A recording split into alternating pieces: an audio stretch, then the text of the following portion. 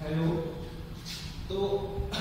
Students, तो अपन इससे पहले बात की थी ओटाइटिस मीडिया के बारे में। ओटाइटिस मीडिया के बारे में जब अपन ने बात की थी तो उसमें अपन ने क्या पढ़ा था? Inflammation of the ear. Inflammation of the middle ear is caused as the otitis media. Otitis media पढ़ने के बाद जब अपने इसको डिस्क्राइब किया कि किस कारणों से होता है, तो मेनली ये रेस्पिरेटरी डिसऑर्डर के कारण होता है, या अपने नेज के अंदर जब भी कॉमन कोल्ड या सर्दी जुकाम होता है तो उसके कारण ये होता है। बाय द यूज ट्यूब के द्वारा जब उसके अंदर bacteria cross the middle ear and then reach the middle ear and क्या करेगा, वहां इन्फ्लेमेशन इन्फेक्शन कॉज करेगा, is called as the otitis media. अब जब अपन ने बात की एक्यूट ओटाइटिस मीडिया कितने प्रकार के होते हैं, तो दो प्रकार के होते थे। Acute otitis media, chronic otitis media. Acute otitis media में क्या होता था बच्चों? Inflammation of the middle year by the respiratory disorder and common cold के कारण। जब भी कॉमन कोल्ड के कारण जो प्राइमरी इन्फेक्शन होता है तो उसके कारण जब अचानक से होता है तो उसे अपन क्या बोलते हैं? Acute otitis media. और जब भी यही चीज अब नेक्स्ट स्थिति का आएगी जो सीवियर, जो अपने इसमें बात की chronic complication of the acute otitis media, उसके अंदर आता है क्रोनिक ओटाइटिस मीडिया। जब एक्यूट ओटाइटिस मीडिया बहुत बार होता है या फिर बहुत सीवियर कंडीशन इसमें चली जाती है और इसका ट्रीटमेंट नहीं करते हैं, तब वो कंडीशन क्या हो जाएगी बच्चों? सीवियर हो जाएगी और धीरे धीरे वो कन्वर्ट इसमें होगा क्रोनिक ओटाइटिस मीडिया। तो बात अपन करते हैं अब second type of otitis media is called as chronic otitis media. अब क्रोनिक ओटाइटिस मीडिया क्या डेफिनेशन होगी बच्चों? जैसा कि आप देखते हो, chronic otitis media is characterized by chronic prudent discharge from the middle ear. जो क्रोनिक ओटाइटिस मीडिया इसका मेन कैरेक्टराइज्ड मींस जो कैरेक्टरिस्टिक्स क्या होगा, उसके अंदर बहुत ही ज्यादा प्रूडेंट डिस्चार्ज होगा मिडल ईयर से, ठीक है ना। सेकंड चीज, it is the result of repeated episode of the acute otitis media. जब बार-बार, वही अपने पहली बात की थी, जब बार-बार एक्यूट ओटाइटिस मीडिया होगा तब वो क्या कॉज कर सकता है? क्रोनिक ओटाइटिस मीडिया, ठीक है ना। अब इसको अगर अपन वही चीज देखते हैं, क्या होता है otitis media, chronic otitis media में जब तीन चीजें अपन को पता होनी चाहिए। तो जब भी इन्फेक्शन होगा वो लंबे समय तक होगा, या फिर इसके अंदर एक से ज्यादा बैक्टीरिया मिडल ईयर को क्या कर सकता है? इन्फेक्शन कर सकता है। और ये बार बार जब एक्यूट ओटाइटिस मीडिया के रिपीटेड अटैक के कारण होता है और बहुत ही ज्यादा सीवियर कंडीशन में इसमें क्या निकलेगा? प्रूडेंट डिस्चार्ज निकलता है, तो इसको लेने से अपन क्या कहेंगे? Chronic otitis media. तो ये तो हो गए बच्चों अपनी डेफिनेशन।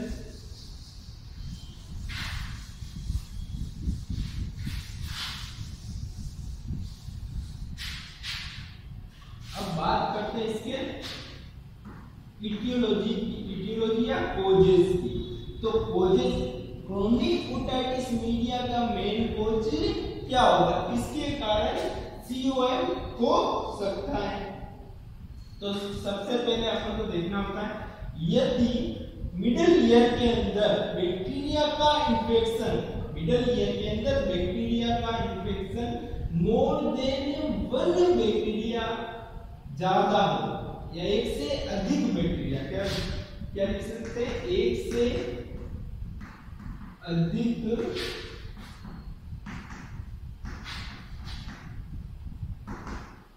का इन्फेक्शन होना।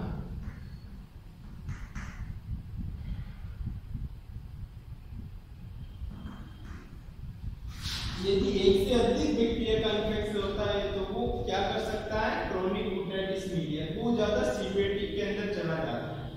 सेकंड चीज बात करते हैं, वही अपना रिपीटेड एक्यूट ओटाइटिस मीडिया। जब बार-बार एक्यूट ओटाइटिस मीडिया होगा तो एक्यूट एक्यूट ओटाइटिस मीडिया अगर बार बार होगा तो उसके कारण क्रोनिक ओटाइटिस मीडिया हो सकता है। जब सेकंड चीज है परफोरेशन ऑफ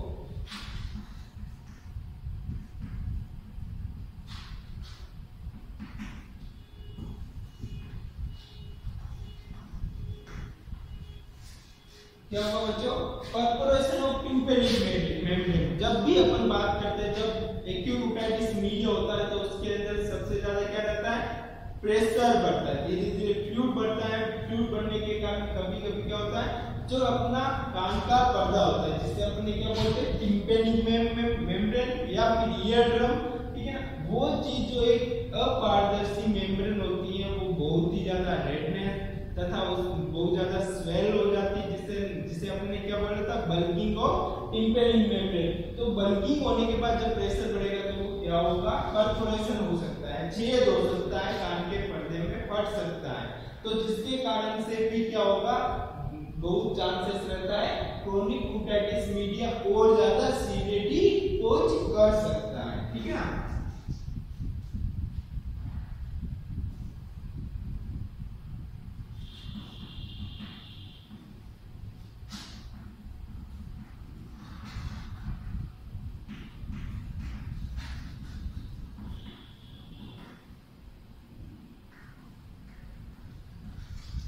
नेक्स्ट अपना जो कारण हो सकता है क्या होगा, लंबे समय तक यदि अपने कान की जो मेस्टोइड बोन होती है, ठीक है ना, जो अपने टेम्पोरल बोन के जस्ट नीचे यहाँ पे मेस्टोइड बोन होती है। ये मेस्टोइड बोन क्या करती है, ये जो अपने ईयर है, कान एक्सटर्नल ईयर, मिडल ईयर तथा इनर ईयर, इसकी क्या बनाती है, कैविटी बनाती है, ठीक है ना, जिसके अंदर ये ईयर इम्प्लांट होता है या उसके अंदर पाया जाता है। तो वो जो कैविटी होती है वो मेस्टोइड बोन की बनी होती है, और ये मेस्टोइड बोन का अगर लंबे समय तक इंफेक्शन लेना भी क्रोनिक ओटाइटिस मीडिया को कोज कर सकता है।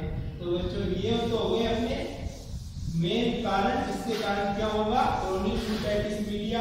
अब बात करें जब एक्यूट ओटाइटिस मीडिया के कारण अपने बड़े रेस्पिरेटरी डिसऑर्डर के कारण हो सकता है। तो जब बार बार एक्यूट ओटाइटिस मीडिया होगा तो क्रोनिक ओटाइटिस मीडिया भी हो जाएगा। नेक्स्ट बात करते हैं अपने इसकी, जब ओटाइटिस मीडिया होता है तो उसके अंदर पेशेंट के अंदर क्या सिम्टम्स आते हैं। सबसे पहले बात करते हैं, अब बात करते हैं कि जब मिडल ईयर का इंफेक्शन हो गया और क्रोनिक कंडीशन में चला गया, क्रोनिक ओटाइटिस मीडिया होगा, तब क्या होगा, बहुत ज्यादा बैक्टीरिया उसमें क्या बनेगा, फ्लूरेंट या पस बनेगी, ठीक है ना। अब जो पस बनेगी वो पस क्या होगी, बहुत ही ज्यादा स्मेली होगी, हो सकता है कान का पर्दा भी फट गया, जिसके कारण जो फ्लूरेंट होता है वो डिस्चार्ज होगी, कान से निकलेगा, कान के आउटर पार्ट से भी ड्रेनेज होने लगेगा। जब ड्रेनेज होगा तो उसके कारण क्या होगा, अपन को स्मेल आएगी। स्मेल कौन सी होती है,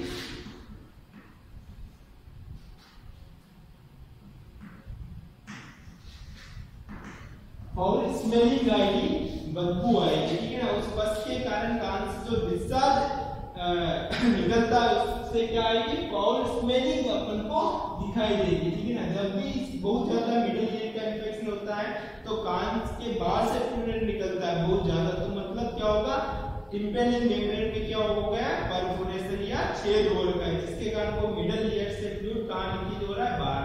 और यही फ्लूइड जब अपने यूस्टेकिन ट्यूब के बाहर से जब बाहर वहीं से भी बाहर निकलता है तो ओरल कैविटी में आता है। कभी कभी ये यूस्टेकिन ट्यूब को क्या कर देता है, ब्लॉक कर देता है। यहाँ पे ब्लॉक का मतलब यूस्टेकिन ट्यूब क्या हो जाती है, बिल्कुल ब्लॉक हो जाती है। जब ब्लॉक होगी तो प्रेशर कंट्रोल नहीं होगा, कान का प्रेशर बढ़ेगा, जिसके कारण टिम्पैनिक मेम्ब्रेन रप्चर हो जाएगी, और उसके कारण अपन को कंडक्टिव हीयरिंग लॉस और क्या फीलिंग ऑफ फुलनेस जैसे भी अपन को सिम्टम दिखाई देंगे। तो बात करते हैं क्या होगा, फाउल स्मेलिंग अपन को आएगी। नेक्स्ट अपन बात करते हैं जब बहुत ज्यादा पस या फ्लूएंट मिडल ईयर में आ जाता है तब क्या होगा, अपन को आवाज जो सुनाई देती है उसके अंदर कमी आ जाती है स्टार्टिंग के अंदर, ठीक है ना। इसे कहते हैं डिफनेस होने लग जाएगा, आवाज अपन को कम सुनाई देगी, ठीक है ना। जब कान का इंफेक्शन होता है तो बहुत ज्यादा बहुत ज्यादा सर के अंदर हेडेक होगा, चक्कर आने लगेंगे, ठीक है ना, फीवर भी होगा। तो जब भी ओटाइटिस मीडिया होगा, क्रोनिक ओटाइटिस मीडिया, तो सर भी दर्द करने लगेगा और चक्कर आने लगेंगे, ठीक है ना, और बुखार भी होगा। साथ में जब ये जो मेस्टोइड बोन के पास में जो अपने मसल्स होती है कान के अंदर, ये पूरा जो आउटर पार्ट होता है मिडल ईयर तथा आउटर पार्ट, इसमें क्या पाई जा सकती है, इनर ईयर में टेंडरनेस पाई जा सकती है। क्या टेंडरनेस क्या होता है, जब भी अपन इन्फेक्शन इन्फ्लेमेशन होता है कान का, जब भी अपन को टच करेंगे तो बहुत ज्यादा सीवियर पेन होने लग जाएगा वहां पे, ठीक है ना, तो वहां पे टेंडरनेस भी अपन को दिखाएगी, डिफनेस होने लग जाएगा,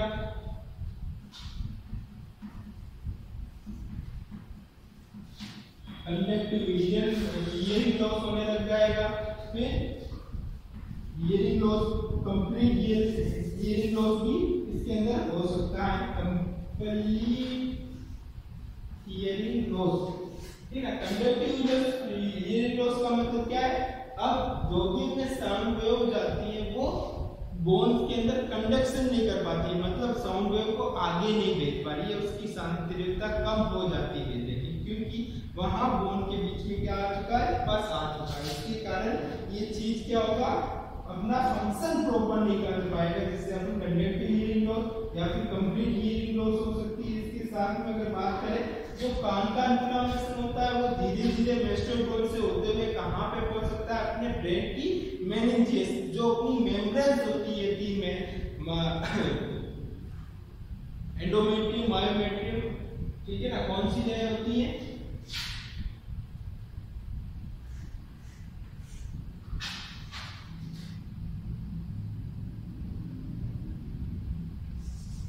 जो ये ब्रेन की जो लेयर होती है, ब्रेन की लेयर का भी क्या होगा, इन्फ्लेमेशन, जिसके कारण अपन को क्या होगा,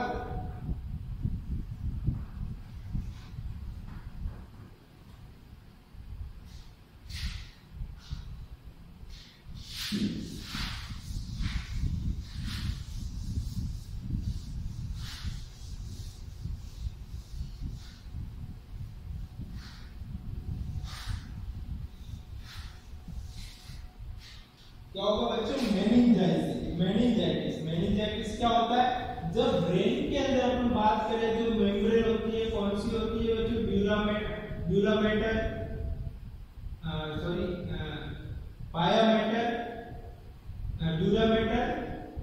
पायामेटर तथा अरेक्नोइड, जो ये ब्रेन की मेम्ब्रेन ड्यूरामेटर, पायामेटर तथा अरेक्नोइड, तो वो उस मेम्ब्रेन का क्या हो जाता है, इन्फ्लेमेशन हो जाता है, जिसके कारण क्या हो जाएगा, मेनिंजाइटिस हो सकता है, अगर इसका ट्रीटमेंट अपन टाइम पे स्टार्ट ना करें, ठीक है ना। तो ये मेन कुछ सिम्टम्स होते हैं जो अपन को दिखाई देंगे, उसके साथ में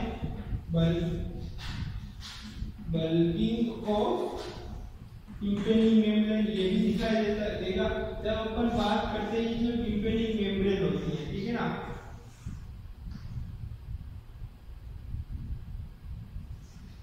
ये जो टिम्पैनिक मेम्ब्रेन होती है, ये जो क्या होता है, ये पर्दा होता है, इस पर्दे को अपन क्या बोलते हैं, ईयर ड्रम या टिम्पैनिक मेम्ब्रेन। जो ये ड्रम होता है, ये क्या होता है, स्टार्टिंग में पारदर्शी या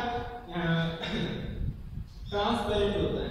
जब इस मिडल ईयर के अंदर क्या होगा, इन्फ्लेमेशन, जब फ्लूइड बहुत आ जाएगा तो प्रेशर आउटवर्ड की ओर बढ़ेगा और ये क्या हो जाएगा, यहाँ से स्वेलिंग हो जाएगा तथा साथ में इसका कलर भी चेंज हो जाएगा, रेडनेस तथा पिंकिश कलर का हो जाएगा, जिसके कारण से अब प्रेशर बढ़ेगा तो यहाँ पे क्या हो जाएगा इस बच्चों, यहाँ पे परफोरेशन हो जाएगा। तो ये कुछ अपने सिम्टम्स थे जो अपने इसमें डिस्कशन किए थे एक क्रोनिक ओटाइटिस मीडिया के अंदर। बात करते हैं मैनेजमेंट की। तो मैनेजमेंट की बात करें तो अपने बात की डायग्नोसिस कैसे करेंगे, ऑटोस्कोपी के द्वारा, कल्चर के द्वारा, हिस्ट्री एंड फिजिकल एग्जामिनेशन के द्वारा अपन इसका डायग्नोसिस करेंगे। मैनेजमेंट की बात करते हैं तो मैनेजमेंट जब क्रोनिक ओटाइटिस मीडिया हो जाएगा मेडिकल मैनेजमेंट तथा सर्जिकल मैनेजमेंट दोनों की आवश्यकता होगा। तो सबसे पहले बात करते हैं मेडिकल मैनेजमेंट की बात करें तो इसके अंदर अपन एंटीबायोटिक देंगे, एंटीबायोटिक, एनाल्जेसिक, एंटीपायरेटिक, पायरेटिक,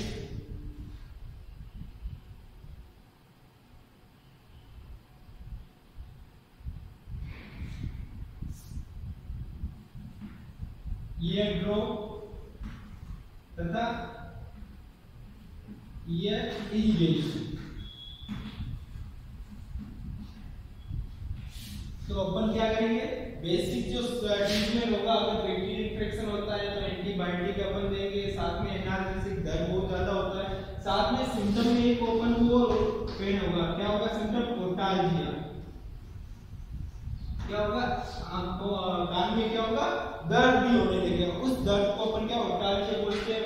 तो वो भी अपन को सिम्टम में दिखाई देगा, कान में बहुत ज्यादा पेन के कारण। तो उसके कारण अपन को पेशेंट को एनाल्जेसिक देंगे, एंटीबायोटिक देंगे, एंटीपायरेटिक फीवर के कारण होगा तो वो देंगे, ईयर ड्रॉप भी देंगे, जो ईयर ड्रॉप में आती है, एंटीबायोटिक आती है, एंटी फंगल आती है, ठीक है ना, तो वो अपन ईयर ड्रॉप के रूप में देंगे। ईयर इरिगेशन, कान को अच्छी तरह से अपन ज्यादा अगर डिस्चार्ज निकल जाता है पूरी तरह से कान को अपन साफ भी करेंगे, ताकि कान में डिफनेस, जो कंडक्टिव हियरिंग लॉस तथा डिफनेस हो रही है, उसको अपन क्या कर सकते हैं, कम कर सकते हैं, तथा पेशेंट के अंदर उसको रिलीफ मिल जाएगी। तो इरिगेशन भी अपन उसमें कर सकते हैं। नेक्स्ट बात करते हैं तो अपन सर्जिकल मैनेजमेंट। जब मेडिकल मैनेजमेंट हो जाता है, अगर फिर भी रिलीफ नहीं मिलता है तो अल्टीमेट अपन को क्या करना पड़ेगा, सर्जरी करनी पड़ेगी। सर्जरी में अगर फर्स्ट बात करें तो जिसकी सर्जरी होती है वो भी अपन को करनी पड़ेगी। देखते हैं कौन कौन सी सर्जरी होती है।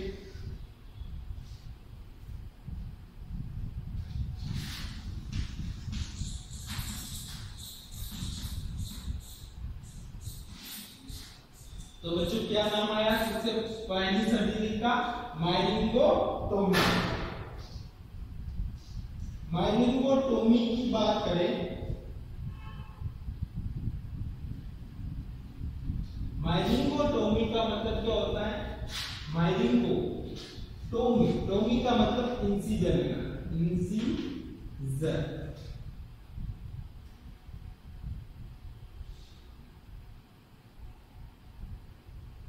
ठीक है। माइलिंगोटोमी का मतलब क्या होता है, टिम्पेनिक मेम्ब्रेन। सो टिम्पेनिक मेम्ब्रेन जो अपना ये ईयर ड्रम होता है, ठीक है ना, क्या होगा, जो ये ईयर ड्रम होता है, इस ईयर ड्रम के अंदर पोस्टीरियर, इसका जो एक पार्ट होता है एंटीरियर या पोस्टीरियर, तो पोस्टीरियर पार्ट के अंदर एक अपन इंसिजर लगाएंगे, जिसके कारण इंसिजर लगाना क्यों जरूरी है, फर्स्ट ऑफ ऑल ये चीज है। यदि रप्चर होता है, ठीक है ना, अब इंसिजर नहीं लगवाएंगे, ठीक है ना, माइलिंगोटोमी नहीं करेंगे तो इन फ्यूचर क्या होने का चांस रहता है, परफोरेशन ऑफ टिम्पेनिक मेम्ब्रेन। जब परफोरेशन होगा, टिम्पेनिक मेम्ब्रेन रप्चर होगी, इसके अंदर छेद होगा, तो वो किस साइज का होगा या कितना बड़ा होगा वो अपन कह नहीं सकते। ये टिम्पेनिक मेम्ब्रेन पूरी क्या हो सकती है, डिस्ट्रॉय हो सकती है, जिसके कारण परमानेंट क्या हो सकता है, हियरिंग लॉस हो सकता है। तो अपन क्या करेंगे, सर्जरी के द्वारा एक छोटा सा इंसिजर लगाएंगे, जिसके कारण जो फ्लूइड होता है वो इस इंसिजर से बाहर आ जाएगा, प्रेशर कम होगा, तो धीरे धीरे पेशेंट के अंदर जो मेडिसिन वो इफेक्टिव बनने लग जाएगी, ठीक है ना। तो ये एक प्रकार का अपन सर्जिकल प्रोसेस करते हैं, जिसे माइलिंगोटोमी बोलते हैं।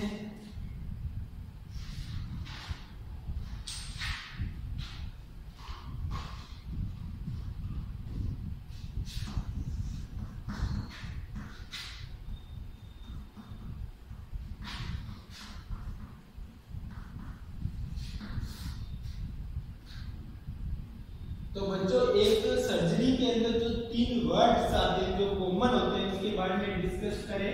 तो एक होता है टोमी, एक होता है एक्टोमी, एक होता है प्लास्टिटोमी का मतलब क्या होता है? इंसिजर लगाना। क्या होता है बच्चों? इंसिजर। एक्टोमी का मतलब क्या होता है? रिमूव करना। क्या करना? रिमूव करना। और प्लास्टिक का मतलब क्या होता है? रिपेयर करना। क्या मतलब होता है? रिपेयर करना। तो ये जो सर्जरी होती है उसके पीछे जो वर्ड्स लगे हुए वर्ड्स का मीनिंग क्या होगा? टोमी का मतलब इंसिजर, एक्टोमी मतलब रिमूव और प्लास्टिक का मतलब रिपेयर करना। तो ये कुछ चीजें जो आपको बतानी चाहिए। नेक्स्ट अपने पास जो सर्जरी आई है टिम्पेनोप्लास्टी। टिम्पेनो मतलब आपको क्लियरली मेंशन है टिम्पेनिक मेम्ब्रेन। प्लास्टिक का मतलब रिपेयर करना। जब रप्चर हो जाती है तो उसके बाद देखिए अपन क्या करेंगे? टिम्पेनिक मेम्ब्रेन को क्या करेंगे? रिपेयर, या फिर अपन क्या कर सकते हैं? रीसर्जरी कर सकते हैं। क्या कर सकते हैं? इसे पुनः मेम्ब्रेन बना सकते हैं। मेम्ब्रेन को क्या करेंगे? रिपेयर करेंगे या रीसर्जरी करके टिम्पेनिक मेम्ब्रेन को क्या करेंगे? वापस से नेचुरल स्थिति में लाएंगे। ये सेकंड सर्जरी होगी अपने टिम्पेनोप्लास्टी।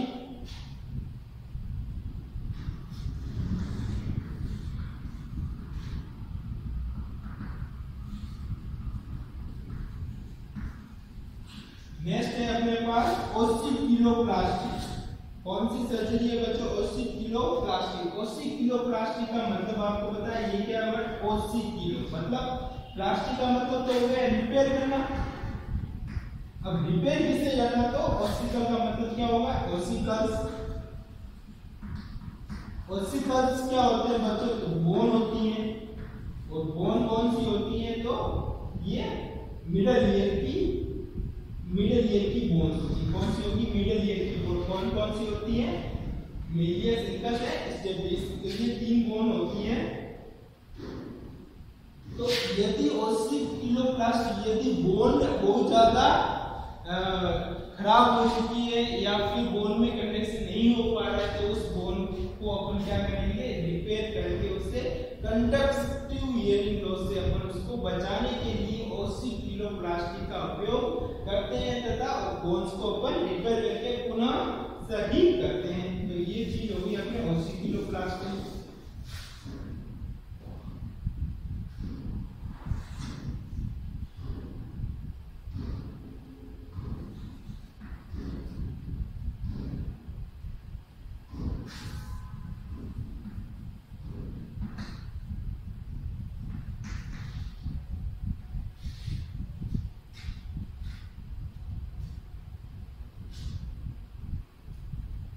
नेक्स्ट बात क्या होगा? Mastoid ectomy. क्या लगा है बच्चा?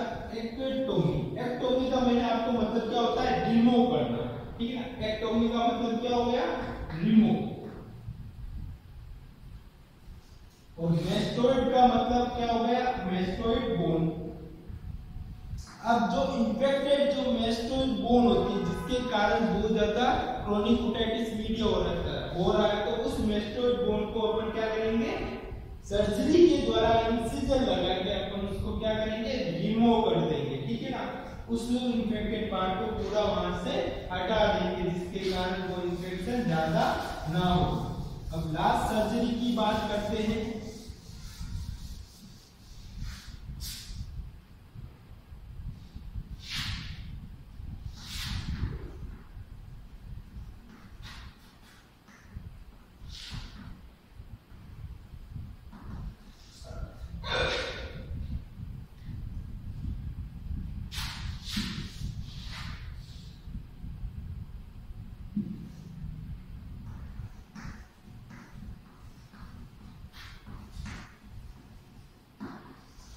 कौन सी है सर्जरी? टिम्पेनोसेंटेसिस। टिम्पेनोसेंटेसिस एक नया वर्ड आ गया अपने पास, सेंटेसिस। सेंटेसिस का मतलब क्या होता है? किसी भी फ्लूइड को उस कैविटी से सेंटेसिस करना, मतलब उस कैविटी से उसे रिमूव आउट करना। ठीक है ना? उस फ्लूइड को बाहर निकालना विद ए नीडल। नीडल के द्वारा यदि अपन किसी कैविटी से किसी फ्लूइड को बाहर निकाला उसे सेंटेसिस कहते हैं।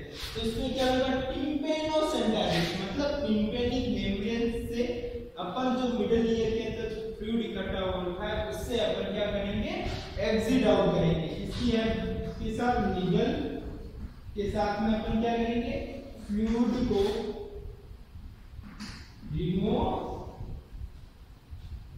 करेंगे, ठीक है ना। इसके साथ से निडल की सहायता से अपन उस फ्लूइड को क्या करेंगे, बाहर निकालेंगे या सक्शन करके वहां से उसे रिमूव आउट करेंगे। तो ये कुछ अपने पास सर्जरी हो गई, तो वो आपको याद रखनी है क्रोनिक ओटाइटिस मीडिया के अंदर। तो ये अपने हो गया इसका मैनेजमेंट। इसी के साथ अपनी ये class chronic otitis media complete हुआ। धन्यवाद। नेक्स्ट अपन डिसऑर्डर बात करेंगे नेक्स्ट क्लास के अंदर।